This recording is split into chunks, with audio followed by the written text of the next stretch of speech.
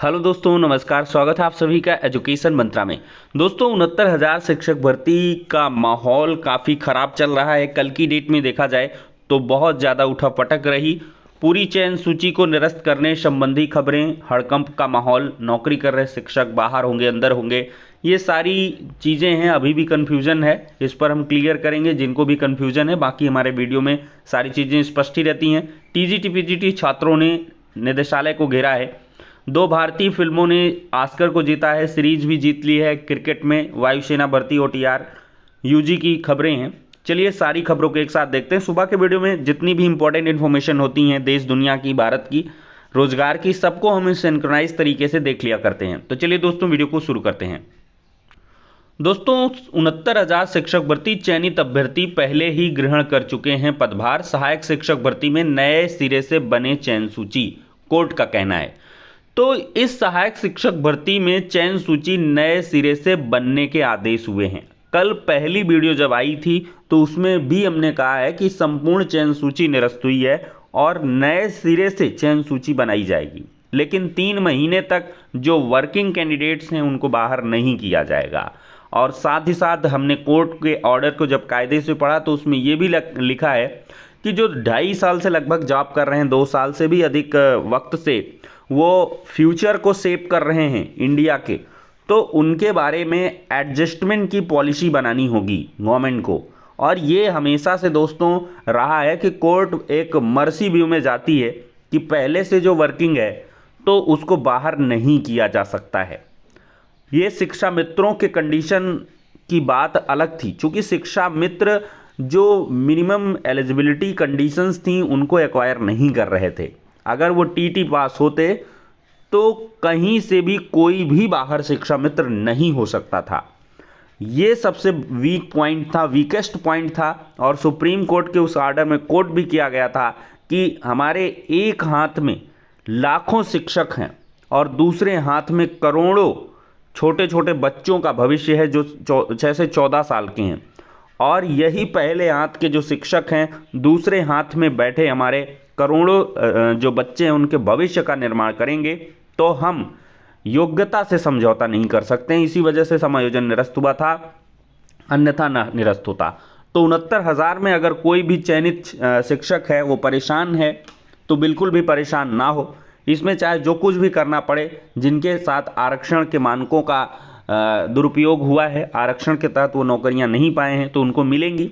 और जो भी देखिए पहले पा गया है उसको डिस्टर्ब नहीं किया जाएगा, उसके लिए पॉलिसी भी बनाने के लिए कहा गया है। तो टेंशन ना लें, जो भी हमारे चैनल से चयनित शिक्षक जुड़े हुए हैं पहले से ही तो वो बिल्कुल भी परेशान ना हो। हमने हमेशा से आपको पहले से ही बताया है कि आपको टेंशन फ्री रहना है। लेकिन हाँ, अगर आप लोग अपना कुछ पक्ष वगैरह रखवाना चाहते हैं तो रख सकते हैं, क्योंकि आप लोग एक हैंडसम सैलरी भी पा रहे हैं और अपने भविष्य के सुरक्षा के लिए, एक कहते हैं ना कि prevention is better than cure, तो उसके लिए आप कर सकते हैं, बाकी दिक्कत नहीं है। पूरी चयन सूची को निरस्त किया गया है, फिल्टरेशन होगा, नई तरीके से चयन सूची बनेगी। अब देखिए नए तरीके से चयन सूची बनेगी तो पूरी की पूरी वैसी की वैसी रहेगी नहीं, कुछ तो अंदर बाहर इसमें होगा मामला। अब उसके लिए पॉलिसी बनाने को इसी वजह से कोर्ट ने पहले ही कह दिया है। यहाँ पर देख सकते हैं हाई कोर्ट ने समायोजन की पॉलिसी बनाने को कहा है। न्यायालय ने 6800 आरक्षित शिक्षकों के अभ्यर्थियों से संबंधित चयन सूची को भी खारिज कर दिया। उक्त चयन सूची को यह कहते हुए चुनौती दी गई थी कि इसे बिना किसी विज्ञापन के ही जारी कर दिया गया। न्यायालय ने अपने इस निर्णय में सरकार को यह भी आदेश दिया कि वो मामले में हस्तक्षेप करते हुए उन अभ्यर्थियों के समायोजन के लिए पॉलिसी बनाएं जो वर्तमान सूची में हैं और 2 साल से काम कर रहे हैं, लेकिन पुनरीक्षित सूची जारी होने पर बाहर हो सकते हैं। बिल्कुल बाहर होंगे, इसमें बहुत सारे बाहर होंगे। और साथ ही साथ दोस्तों देखा जाए तो ऐसे आरक्षित वर्ग के भी इसमें छात्र बाहर होंगे, क्योंकि यहाँ पर जो डबल रिजर्वेशन है एक तरीके से उसको नकारा गया है और यहाँ पर 65% अंकों से अधिक वाले को ही यूआर की श्रेणी में रखा जाएगा। देख सकते हैं यहाँ पर 65% से अधिक अंक वाले आरक्षित वाले छात्रों को ही अनारक्षित में रखा जाएगा। मतलब कि ये पहले से अनारक्षित में पहुंच गए थे जो 65% से कम पाए हैं, तो अब वो आरक्षित की सीट में आएंगे। और ऐसे में कुछ आरक्षित वर्ग के पहले से काम कर रहे चयनित शिक्षक बाहर हो सकते हैं, यूआर के भी कुछ शिक्षक बाहर हो सकते हैं। इसी वजह से ये मामला थोड़ा सा कॉम्प्लेक्स है। अब इसमें पॉलिसी बनाने को कहा गया है, मतलब चयनित डिस्टर्ब तो नहीं होंगे, लेकिन पॉलिसी बनने से क्या कुछ होगा ये तो आगे आने वाला समय ही बताएगा। तो पुनर्विचार के आदेश दिए गए हैं। पूरी चयन सूची 1 जून को जो जारी कर दी गई थी। न्यायालय ने कहा है कि 3 महीने में समीक्षा कर अभ्यर्थियों की मेरिट सूची तैयार की जाए। इसके साथ ही न्यायालय ने इसी भर्ती परीक्षा के क्रम में 6800 अभ्यर्थियों की 5 इसको भी खारिज कर दिया है। और देखा जाए तो जबकि इसमें चलिए गलत तरीके से यहाँ पर क्या मामला था, आरक्षित श्रेणी के उन अभ्यर्थियों को भी अनारक्षित में जगह दी गई जिन्होंने आरक्षित वर्ग के लिए तय कटाफ, जबकि अनारक्षित के अभ्यर्थियों की ओर से दाखिल याचिका में कहा गया कि आरक्षित वर्ग के उन अभ्यर्थियों को गलत तरीके से अनारक्षित में रखा गया जिन्होंने टीटी व सहायक शिक्षक भर्ती में आरक्षण का लाभ ले लिया। इन याचिकाओं में एक बार आरक्षण का लाभ लेने के बाद अनारक्षित वर्ग में अभ्यर्थियों का चयन किए जाने से विधि विरुद्ध बताया गया। वहीं तो यही मामला हुआ कि यूआर वाले जो कैंडिडेट थे, जनरल वाले लड़के थे, उनका यही कहना था कि भाई आरक्षण का जिसने लाभ ले लिया तो उसको आरक्षित वर्ग की सीट में क्यों रखा, आरक्षित वर्ग की ही सीट में लिमिटेड किया जाए, उसको यूआर की सीट में नहीं रखा जाए, क्योंकि वो यूआर के एक बच्चे को बाहर कर रहा है। अब यूआर के कुछ बच्चों का सिलेक्शन भी हो सकता है, ये बिल्कुल सही बात है। और देखा जाए तो ओबीसी का जो हाई कट ऑफ वाला है वो पहले से यूआर में है ही, वो ऑक्यूपाई कर ही रखा है सीट। लेकिन जो ओबीसी का आरक्षण, एससी का, एसटी का आरक्षण लेकर यूआर में गया हुआ है, तो वो अगर रिवर्स तरीके से वापस आएगा तो अवश्य ही कोई यूआर का बंदा जो बाहर हो गया होगा इस प्रक्रिया से, वो चयनित हो सकता है नए तरीके से। अब देखते हैं इसमें क्या कुछ होता है। फाइनली चयन सूची बनेगी दोस्तों, गुणांक वाइज, कटाक वाइज इसमें जो है सूची बनेगी और फिर देखेंगे कि क्या कुछ इसमें हो रहा है। दोस्तों देखा जाए तो नेशनल टेस्टिंग एजेंसी कराएगा CUET, 30 मार्च तक आवेदन कर सकते हैं। जनरल टेस्ट में देने होंगे सिर्फ 50 प्रश्नों के जवाब।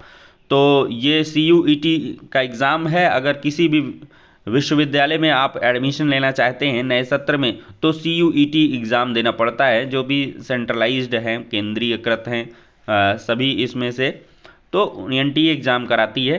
1 से 3 अप्रैल के मध्य संशोधन होगा। आप लोग जो है इसको देख लें अगर कोई संबंधित है। OTR संबंधी खबर है, UPPSC ने जारी किया है कि 31 मार्च तक 1 टाइम रजिस्ट्रेशन को सभी लोग करवा लें।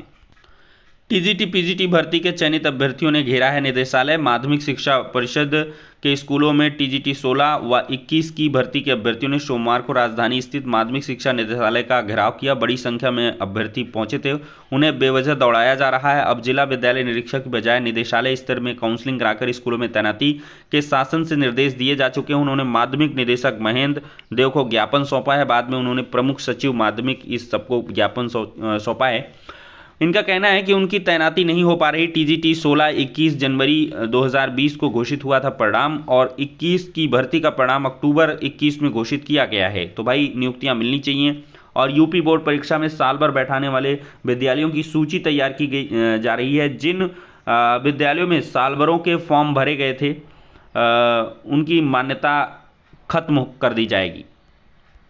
टीम इंडिया को दोहरी सफलता मिल चुकी है। चौथा टेस्ट ड्रा करवा के बॉर्डर गावस्कर जो सीरीज है 2-1 से जीती है और लगातार दूसरी बार विश्व टेस्ट चैंपियनशिप के फाइनल में भी टिकट अपना बुक कर लिया है।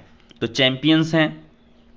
कल का दिन काफ़ी ऐतिहासिक रहा है। अभूतपूर्व 2 भारतीय फिल्मों ने ऑस्कर को जीता है। 1 करोड़ रुपए के उपहार विजेताओं को मिले हैं और 30 लाख रुपए तक के वेकेशन ट्रिप की भी सुविधा दी गई है। AAI क्लास में निकली हैं 400 पदों पर सिक्योरिटी स्क्रीनर के पद पर भर्ती। 27 वर्ष मिनिमम, 19 मार्च 2023 के अनुसार एज होनी चाहिए। उम्मीदवारों के पास किसी भी स्ट्रीम में ग्रेजुएशन या समकक्ष डिग्री हो। चयनित अभ्यर्थी को 15,000 रुपये प्रतिमाह स्टाइपेंड मिलेगा। चयन प्रक्रिया के लिए शॉर्ट लिस्टिंग लिखित परीक्षा का आयोजन होगा। उत्तीर्ण करने वाले अभ्यर्थी इंटरेक्शन दस्तावेज सत्यापन के लिए बुलाया जाएगा। कॉन्ट्रैक्ट के आधार पर उम्मीदवारों की नियुक्ति 3 साल के लिए होगी। आवेदन की अंतिम तिथि 19 मार्च 2023 है। 750 रुपये आवेदन शुल्क है। AAIclass.aero इसमें आवेदन करें। केंद्रीय मंत्री ने योगी के साथ 18 परियोजनाओं का शिलान्यास किया है। यूपी में 5 लाख करोड़ की सड़कें बनेगी, गडकरी का कहना है। और 1 करोड़ युवाओं को रोजगार से जोड़ेंगे, ऐसा सीएम योगी आदित्यनाथ जी का कहना है। तो फाइनली दोस्तों सारी की सारी इन्फॉर्मेशन कवर हो गई हैं। वीडियो पसंद आया हो तो लाइक एंड शेयर करें। नेक्स्ट वीडियो में मिलते हैं।